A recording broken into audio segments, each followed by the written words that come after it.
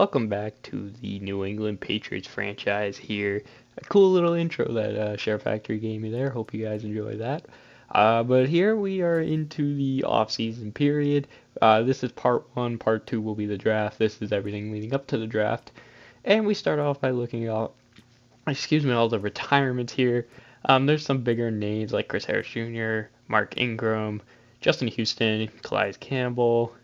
You'll see our retirements are Ferenc Hoyer and McCourty and Matthew Slater. I don't know why they didn't say his name was on our team. See Josh Norman. Pretty sure everyone knows the biggest retirement's going to be Tom Brady. Like that's the biggest one in this. But you see Mercedes Lewis, Dwayne Brown, Joe Flacco, or is it Dwan Brown? I don't really know. Brian Bulaga, love that man.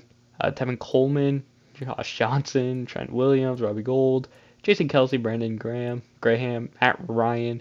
These are all the names that I think are bigger names. And some guys who have been here forever. J.J. Watt, Andy Lee finally retires. You see Julio and Tom Brady. And then the second biggest name, in my opinion, other than, I guess the third biggest, would be Pete Carroll. We now jump over to the re-signing stage. I think there was only like 5 people I brought back. But you can see my offers to some of the players. Here is Jabril Peppers, the highest overall rated guy that we had the chance to re-sign here in the re-sign period. He wanted to be part of our team, but with the amount of money he was asking, I think I tried to do the team-friendly one since he did have high interest, but I did my own contract at the end of the day. He just didn't accept it. He's going to test free agency. Jonathan Jones, on the other hand, he accepts this player-friendly contract that I gave him. As much as I don't think he's a number one, he is still a solid corner. Damian Harris, I offered him a team-friendly contract. He's going to leave, fine. And then Isaiah Wynn, I franchise tagged him. Everyone else, though, you'll see I'll scroll through. There are some lower overall guys like Nick Folk and some 60s that I've re-signed, but not big enough names for me. These are all the guys I'm not bringing back besides Isaiah Wynn. Obviously, I'm bringing him back. You see, we're losing some corners, some middle linebackers, mainly our defensive depth. We are losing most of that, and some guys just did not want to re-sign with us. Like some of these guys, I did try to re-sign, but they said no. But that will bring us to free agency part one. Actually, it brings us here. You can see here's a mock one draft. Or I guess mock draft one would be the right way to say that. They have us taking a wide receiver, Devontae Wise, here with our first pick. Definitely curious to do that, seeing how the free agent receivers look. I am definitely looking to target a new receiver, hopefully a true number one receiver, or at least have the potential to be a true number one receiver. And I think Devontae Wise definitely could be. But free agency, part one, here we go. You see the biggest names here: Jordan Poyer, Tony Pollard, Miles Sanders, and Odell Beckham. Those are the top 4 players in here. And you can definitely see right away, thing that caught my eye, Odell Beckham's interest in our team is very high, and nobody was interested in him. See other guys like Michael Thomas, Kareem Hunt, Jimmy Ward. I think that was Josh Allen. I didn't actually realize that was Josh Allen, so I didn't make an offer for him. Juju, you see Jabril Peppers is up there. So first things first was going to sign a quarterback, a mentor at quarterback, and the one I was looking at was Jimmy G or Jacoby Brissett because they've obviously been on our team before. Neither of them had the mentor trait that I was looking for because these guys aren't going to be a starter. They're backups. So I didn't want to overpay for someone who wants to be a starter or can be a starter when they're not going to be, and they're not going to mentor anyone. Here, I didn't realize you could check the mentor stuff in the contract negotiation tab, so I did that instead. But we see Brissett doesn't have one. Jimmy G doesn't have one. He also doesn't really like our team as much as Jacoby did. But someone that did have one, and the guy I'm going to actually offer, is Andy Dalton, who had good interest in us. He's a backup. He's not starting anymore. He doesn't like that we're not a warm weather state, but he is a mentor at quarterback. He has a big market. He could definitely help Daniel Jones. Wow, wrong franchise. he could definitely help out Mac Jones. So I will actually offer him a 1 year deal. Team friendly side, no one else is offering, so hopefully he'll take it. You can also help out Bailey Zappi there. We now go over to free safety since we lost McCourty, and my first offer was out to Damontae Kamikaze here. I liked him in, where was it, Atlanta. I don't know if he left before. You can see I'm actually looking at corners here. I don't make a true offer, but there is very interesting people I could offer. Thing is, I kind of wanted a true number one corner, and I could not find that here. Definitely did not see one that I liked. Definitely good number two, number three, maybe even potential number one corners. None of them in my mind, though, were number one corners. So I did not send an offer out to corner as of right now. Or did I give James Bradberry one? I guess I gave James Bradberry an offer. I think he had no offers and he had high interest. I ended up withdrawing that. Then we go back to receiver. You can see two people I wanted: Juju Smith, who also had high interest in us, and Odell Beckham. Why I picked Odell Beckham over him though is because of the team interest. No one was interested in Odell, so I gave him a little bit of a better offer than the team friendly one. So not exactly the offer he wants, but it's a good start. And Odell can be our number one receiver day one. I also sent out an offer for Mecole Hardman. But going through the first eval period, you can see we don't sign anyone. But we're still the only team in on Odell. James Bradberry, yeah, we're not in the hunt.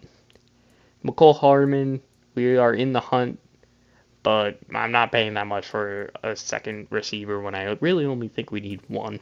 So I withdraw from Bradberry, withdraw from Hardman, and I think I actually end up going and upping Odell's contract a bit to give him a little bit more money.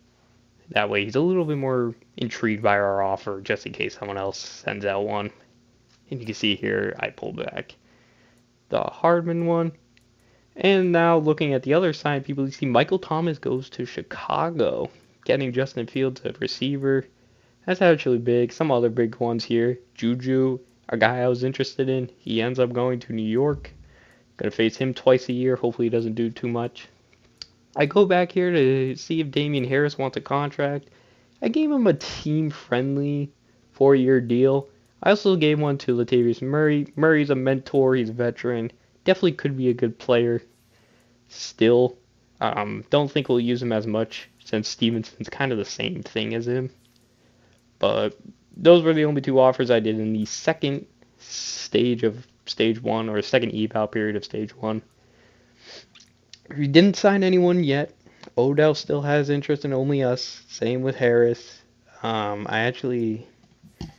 I withdraw from Harris here, or do I just leave the offer? I might have just left the offer. The other three, same deal. We're the only one.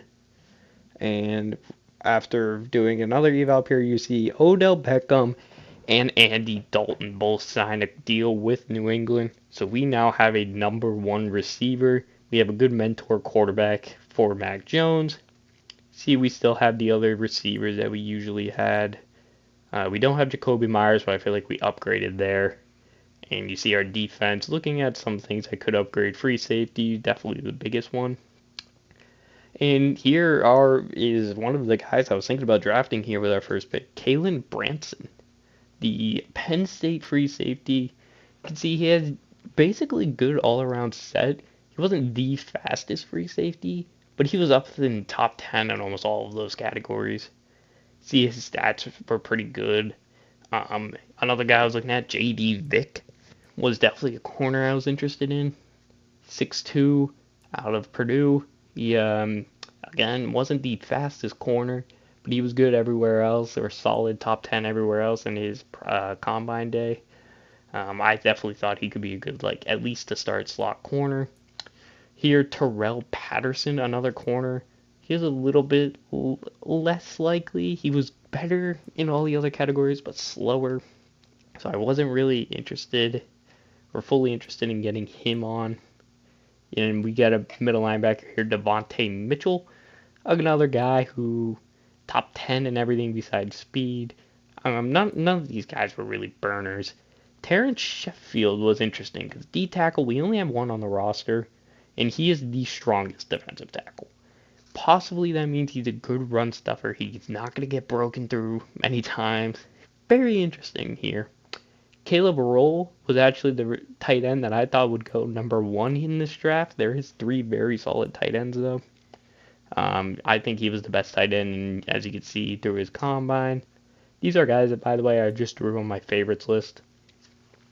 And, didn't want to say that I was going to scout any, or definitely draft any of them, but they were definitely people I was interested in.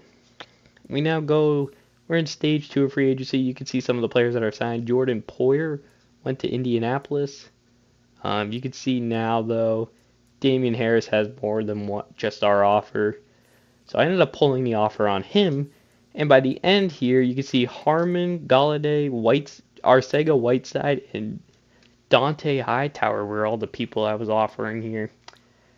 And you can see after that Harmon accepted, as well as Hurst. I don't know if Hurst was on that list that I read. But Hurst accepted, Hightower accepted as well. Still have some offers out there for Murray, Kamikaze. What I did is I just went through and upped all the offers, and they all accepted by the third eval period. So those are the, 10 people. Is it 10? It's 9. 9 people we brought in, but I will end up making it 10 because I will go back and get one more player that you will see right by the end of this video. You can see another mock draft here has us taking defensive tackle Terrence Sheffield, someone I am very interested in. And he's projected to go to us. He looks nice, and he had also a good pro day. He wasn't the strongest during his pro day, but he was up there still. Last offer went to Jason Barrett, and I signed him. Now, he is still hurt to start the year, but he can definitely help our cornerback crew. And you can see now we have private workouts. I gave one to Kalen Brunson. I gave one to Terrence Sheffield. And then I ended up giving it to the corner. I picked Carlos Drake. I thought I picked J.D. Vick, to be honest. I guess I picked Carlos Drake. I didn't even think about drafting Carlos Drake during the draft. But anyway, that's what I picked there. And then I picked Terrence Sheffield, like I just noted. Those were the 3 I had the private workouts with. These were the people that were signed in the free agency. Jordan Poyer, the top man. See other guys. Miles Sanders, for some reason, went to Dallas, even though they already have a running back. At least Tony Pollard left. New York making a splash on defense. Jabril Prepper's going. New York. The other New York making a splash on offense. See, Jacoby Myers here actually goes to Kansas City. And that's basically it. That's what happened here in stage 1 of the offseason. So thank you all for watching this episode. Next episode will be the NFL draft, where we'll get our rookies. And then following that, I'm going to simulate through the preseason, so you guys will just see week 1 after that. Guys, thank you all for watching, and until next time, I'll talk to you all later. I'm out. Peace.